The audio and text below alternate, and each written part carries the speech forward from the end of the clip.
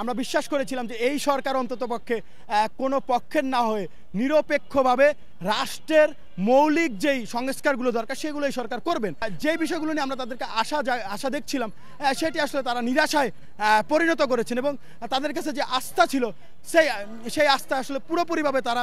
পূরণ করতে ব্যর্থ হয়েছেন। তাই আমরা এই সরকারকে আসলে এই গত কয়েক মাসের কর্মকাণ্ডকে আমরা একটি ব্যর্থ সরকারের কর্মকাণ্ড হিসেবেই দেখি এবং আমরা মনে করছি যে ভবিষ্যতে তারা রাষ্ট্র চালাতে কতটুকু পারবেন সে ব্যাপারে একটি শঙ্কার জায়গায় ইতোমধ্যে উঠেছে এবং আমরা মনে করছি যে এই যে দেখেন সাধারণ জনগণের যে মূল চাওয়া, এই ঢাকায় আমরা যারা বসবাস করি, এই ঢাকায় যেই ট্রাফিক জ্যাম নিয়ন্ত্রণের বিষয়টিকে তারা এখনো